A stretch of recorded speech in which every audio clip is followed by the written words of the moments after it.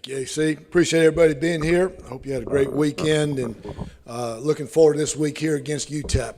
We've had two really good practices last week during our open day, a good workout yesterday. I think this team is really hungry and anxious to play this game this weekend. Obviously, UTEP has struggled this year. They haven't won a game, but if you turn on the film, those guys play extremely hard. They made a coaching change, and they got Mike Price in there now, who's been in this business a long time, a former head coach there as well, and they're playing with a great deal of passion. They're going to play hard. We'll get their best effort. I can promise you that. So they do a lot of different things on defense. They're going to bring a lot of different pressures from us out of their odd man front. Their back end, their secondary is really good. Their corners are long, and they do it. They present a lot of problems up front with the different blitzes and different schemes that they run. Offensively, I think, with the coaching change there, they're still trying to find their identity a little bit. I think they're going to hang their hat on trying to run the ball and come in here and try to make this a physical game and try to shorten the game with their running game. So we got to be really good, offensively as well as defensively, of getting off the field and staying on the field. And then their kicking game is sound. They've got good returners. They've had a couple kick returns for touchdown.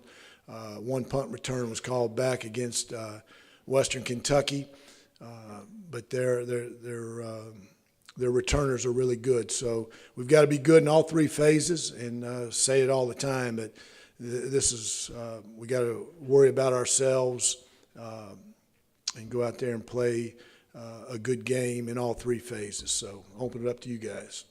Coach, you guys had a nice bye week. How did you guys use it, and did you get a little healthy during the bye week? Well, I don't know from a health standpoint, if we got – I know the bumps and bruises, those – you get a chance to heal your body up from that standpoint. I think it was good mentally to get away for a few days. We met last Sunday, and then we practiced Tuesday and Wednesday, and then as coaches we were on the road Thursday, Friday, Saturday recruiting.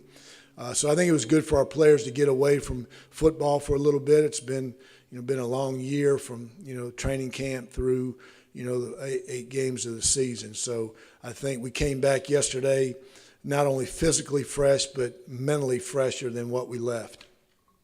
Coach, do you feel it's more beneficial to have a bye earlier in the year or later in the year, and why?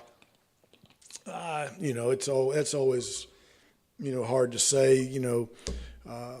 If you don't have injuries and you're in a pretty good rhythm, you'd like to have it a little bit later because it doesn't break up your rhythm, your continuity of how you're doing things. If you got a bunch of people hurt, you'd like to have it a little bit earlier to give them a chance, another week there, really 2 weeks to get healthy to play the remainder of the season. So the last few years, we've had later open dates. It's been in the 6, 7, 8 weeks part of the season. So it's been a little bit later in the year for us the last few years. Coach, like Mark was saying, this week is the Salute to Armed Forces and Veterans game. How special is that for you guys as a program, and especially having guys like Steven Rhodes here the past couple of years? Well, I think any time, that we can honor the men and women that have served this country, to allow, us the freedoms that we have and to do what we want to do as athletes and as coaches, I think it's always a great opportunity to honor those men and women, because the sacrifices that they make, not only individually for themselves, but the sacrifices that their families make, and a lot of times they make the ultimate sacrifice of giving up their life. So, and they do it for others. They're not doing it for themselves. They're doing it for, us, the people outside their family. So I have a ton of respect for those men and women, and like I said, anytime that we can honor them, as little as that is a football game, To me, it's a great opportunity to give them the recognition and the appreciation that they deserve, and they deserve a lot more than just dedicating a football game to them. And we've had past players that have either been in the service themselves or family members have been in the service. And I think it's we got a couple guys on our team this year that have family members in the service. Their family's been in the service, so it's a great opportunity for them also. Coach, what's the latest on Brent as far as getting back to the field? It's still a little early in the week right now. He's getting an MRI, this week. We'll know his status later, as this week progresses. But, again, and I'm not trying to hide a bag of tricks or whatever. It's not that it's Halloween and I'm hiding a bag of tricks. We just don't know yet. He practiced the week of the UAB game. He threw back-to-back days. The week of the Marshall game, he threw back-to-back days for the first time, and then he threw back-to-back days last week during the open date. So that was the first time he'd done that, since he got hurt.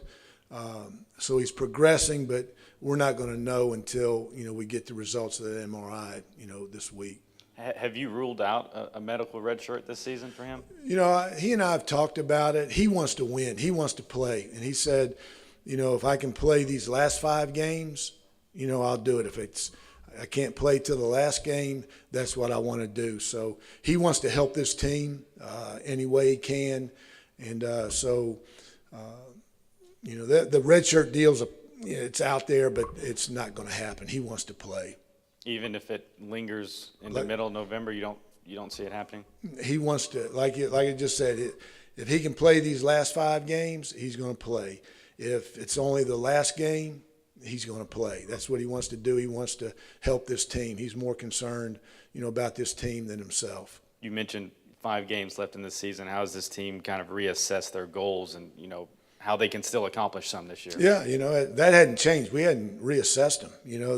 That's been one of our goals all year. And, it's still attainable. It's still out there, and it's a great opportunity for us to you can't win 5 this Saturday. You can only win 1, and that's got to be our mindset that we're going to go out there and play and do whatever we can in preparation this week to get ready to play UTEP and find a way to get a win. So, this team has done a good job of blocking out all the outside noise, and there's no noise on the inside, and shows the resiliency and the toughness of this team. And so I'm confident this team will go out and play really well this weekend. And finally, is their status on Richie? Yeah, it's